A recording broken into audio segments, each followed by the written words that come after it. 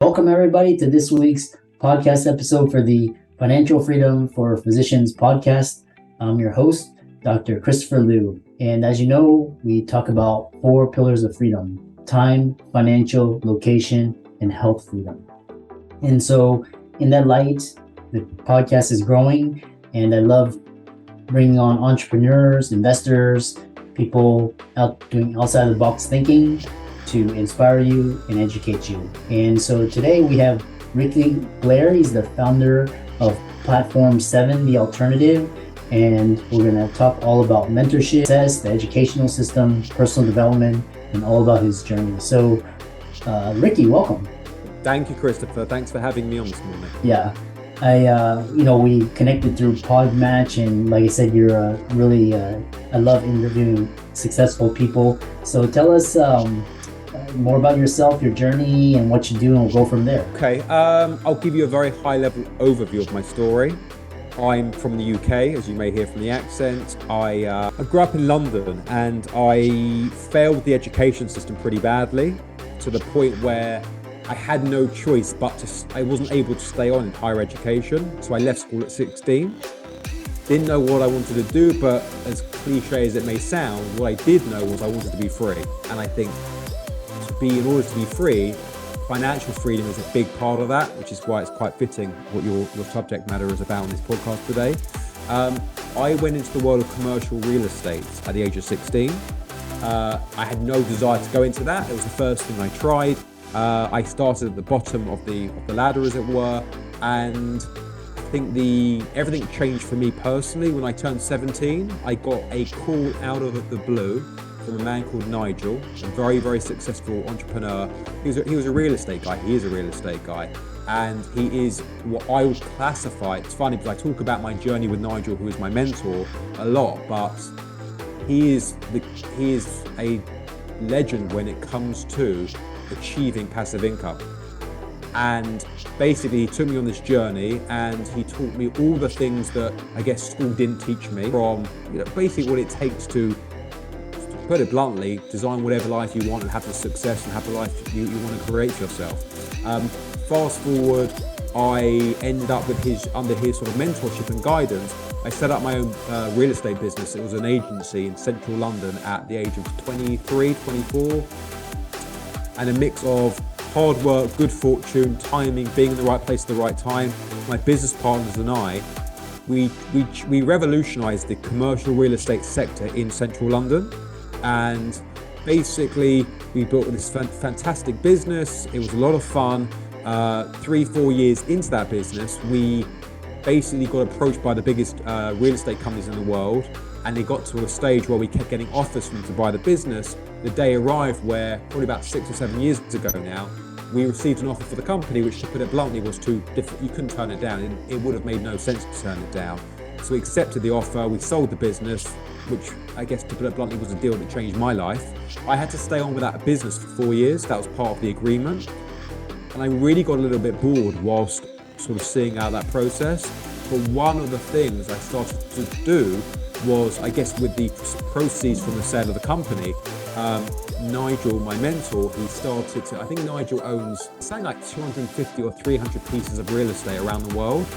So I started to invest in real estate, and that was really when I got my first bit of exposure to, I guess, investing, creating passive income. And I guess a sign of real wealth, or a sign of real success, is when you're in a position in life where you do not have to get out of bed and you earn. And that, not that I have no desire to get out of bed, I'm still an ambitious guy that's got some big ambitions and big goals, but that was really the impact Nigel had on me. And now I do have that freedom I always dreamed of as a 16-year-old kid, and I've got the freedom to do what I love and what I'm passionate about, which is really what's taken me on to this next step of my journey, my career, my path. Yeah, it's a very interesting story. The school system is probably built for maybe 10% of the population, and the rest of us either have to grind it out or struggle or do what you did. So it's quite interesting. So we'll just talk about the educational system. It's a very industrial based model, but how was it for you? Like, what did you learn from it? how was it for me? I had fun. I enjoyed playing sports, particularly soccer or football, where I come from. I really struggled to pass an exam, and I think it actually had quite a detrimental effect on me, because I think it works both ways. This is where education can do a little bit of damage, perhaps. We are told, where it's drilled into us as we grow up, as we will work our way through the education system. We're told that if we succeed in education, we're going to succeed in life. And also, if we fail, we're doomed to fail in life. And in my case, the damage it did was, I guess I lacked the self-belief that I would ever amount to much in the real world. So it really knocked my confidence. And also, I didn't think I was, completely stupid, but the education system suggested I was. But I guess I had a burning desire to prove that system wrong. And when I left at 16, I started to learn, I guess, all the things I was so fascinated by success and how to make money and how to run businesses and how to build wealth and income. So I started to study patterns and study successful people. And even to this day, I know you're asking the questions today, but I love to ask questions. So I'd reach out to virtually any successful person I could get in front of, and I'd ask them question after question. I'd fly all around the world to visit seminars to learn about wealth accumulation, and I'd just read people's stories, etc. And I just started to realize that I was finally in the real world learning the real world things we require in order to succeed. So I guess in answer to your question, the education system was a tough time for me. It left me feeling a little bit demoralized and a bit nervous and fearful. And it was only after leaving did I start to learn what I wish I'd been taught growing up, basically. Let's see here. And then, so what's interesting is what in how the school system sort of beat you down. But what do you wish the school system could, your idealized school system, what can it do to enable students to get better prepared for life? It's a great question. I would say that the day you leave the education system, whether that be at 16, 20, 24, 34, whatever that is, we just don't seem as human beings like we're being prepared and equipped for the big wide world. So I think that, what are the key, the way I look at it is this. I look at life as like a video game, and that video game starts when you leave the education system. If you're playing a video game, or any game in fact, you kind of know the rules, you know how it works, you're given like the manual or the guidebook. I feel that the education system should be doing that for us. So I've been in America now for the last 2 years, and I have studied not just the education system, but a lot of my clients are young entrepreneurs. And I'm looking at what they want to know, what they want to understand, what they want to be equipped with, etc. Like if the research we've done, it's pretty obvious. The number one thing, there's lots of things that they want to learn about, but the top of the list, the top of the tree, that every young entrepreneur, they wish they learned about money.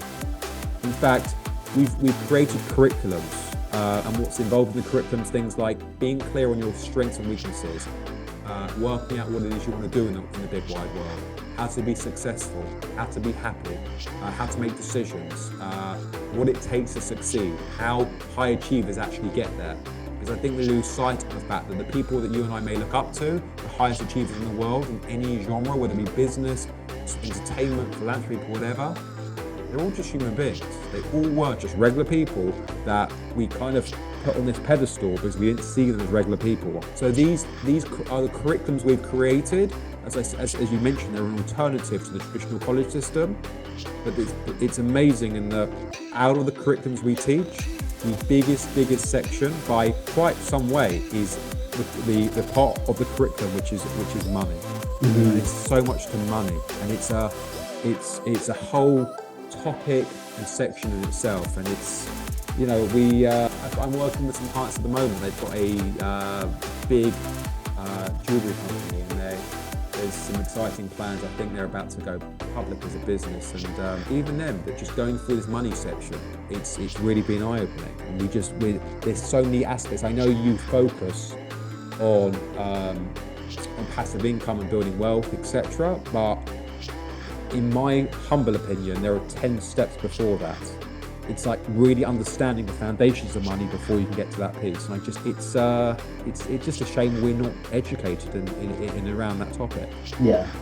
I feel like society and starting from school and from media, they kind of shroud, and there's like this secrecy around money, and then they cloak it in a veil of guilt and shame, and you can't talk about it. It's taboo. They just sit in your chair, and it's kind of weird. It's almost like the society is like designing people to be poor, but it's just like, I'm not sure if it's, but that's just how I view modern society. And then what is the best bit of advice that you ever received that contributed to your success from Nigel or other mentors? In life or relating to money? Life and finances and business. I think in life, there's life, there's business, and there's finances. I'll give you one for each. In life, I would say that very simply, we get to choose what we want our life to be. And I know that may sound a little bit woo-woo or a little bit wacky, but it really is that simple. Most high achievers that achieve wonderful things, they actually made a decision that's what they wanted. We can choose whatever we want. With regards to business, the biggest influence Nigel had on me is, in business, all you need to do is find your niche, find something different. Even if you're trying to disrupt an existing sector or industry and there's not really much of a way of pioneering or changing, if you can just find out like 1-2% that will tweak it or improve it ever so slightly, that's all you require. And with regards to money, I mean, there are so many aspects to it. I would say that some saving is obviously a huge thing. I would say investing, and the importance of investing in what you know, sticking to what you know. You see so many people making an obscene amount of money, but you also see them lose it. And there are so many reasons why they may lose it, but I think some of those reasons will relate. The main reason relates to the fact that people venture out to the unknown, to things they're not familiar with. And I think sticking to what you know, being the master of something, is very important. Yeah, these are all very priceless, pieces of wisdom. The other question I had, what was really interesting, is what one quality or trait do you feel gave you a competitive edge toward where you are today? I would say, what gave me a competitive edge? I think for me, if you're going to really rate me personally, because I started in business at 16, I always had a real edge, which was time. One of the reasons why I got out into real estate at such a young age was I knew that my contemporaries, or to put it another way, my competition, weren't going to start the race for another 3, 4, 5, 6 years because they were in that education process. So I was always looking to maximize my time, learn, get ahead, because I knew I had that 4, 5 to 6 year edge. And in fact, I didn't just want to retain that edge, I actually wanted to increase it. And that's even to this day, like wasting time. Your time is the most precious commodity we as human beings own. I think it's probably one of the only things in life you can't really buy. Exactly. It's so powerful. Yeah, time is our most precious asset, and then we actually, the school system teaches us to trade our time for money and work for other people, as opposed to creating value, creating jobs, investing money. And so the whole system is really antiquated and backwards, and it's just that's why we see all the problems we have in society today. So the other question, I really enjoy this because we can talk about the educational system, all day long, Chris. That was okay. Yeah. And then a lot of people in the audience will resonate with this, and how can people get in touch with you, contact you, visit your website, work with you? How can they do that? So we run the curriculum. So a lot of my entrepreneur clients run a curriculum which is referred to as Lane 2, which is basically how to push on and get to the next level of your life. That is it's a 2-month program. It covers all the topics we're referring to. That, I think, would appeal to the majority of your audience. And you get to work with and meet with and be part of a program and a curriculum with other like-minded, successful entrepreneurs. The truth is, I think the best entry point to working with me is I get asked so many questions all day, every day, from my clients, from people on social media, podcasts, especially around money, how to invest, how to succeed, how to make money, etc. I've got this subscription where every month I do 2 slots a month, hour each, where people can literally join on. It's like $75 a month, and they can ask whatever they want, literally. Money, investing, saving, and also not only do you get to, I guess, get some clarity or answers or talk about some of the things you and I have discussed in more detail today, but because you're being surrounded by other like-minded entrepreneurs or ambitious people, you get to learn from their questions and their journeys as well, and people sort of keep coming back month after month. So that's probably a great way to initially connect with me and my work. Sure, you can follow me on Instagram, etc. platform _7 SEVEN. But yeah, there are various different ways. So just send me an email, whatever works for your audience. Yeah, and for all the listeners out there, Ricky's resources will be in the links and show notes. And Ricky, any last minute parting words of advice, wisdom before we call it a day? Yeah, I will give you one last piece, and on the basis this entire segment and this entire show is all about all things money, I would say to you that just don't let money be the focus of your life. Focus on the impact you want to have, focus on what you're creating. I always say it to young entrepreneurs especially, the money will come, the money will take care of itself. If you are focusing on serving your clients or creating something or making an impact on the world or improving something or offering people value, you don't need to worry about the money. That takes care of itself. Well said. And with that, it's been a great conversation. I really love talking to cutting edge people, just people that are really just outside of traditional, the whole matrix. And so we look forward to hearing about your future success. Thank you, Christopher. It's great to meet you. Thank you for having me on.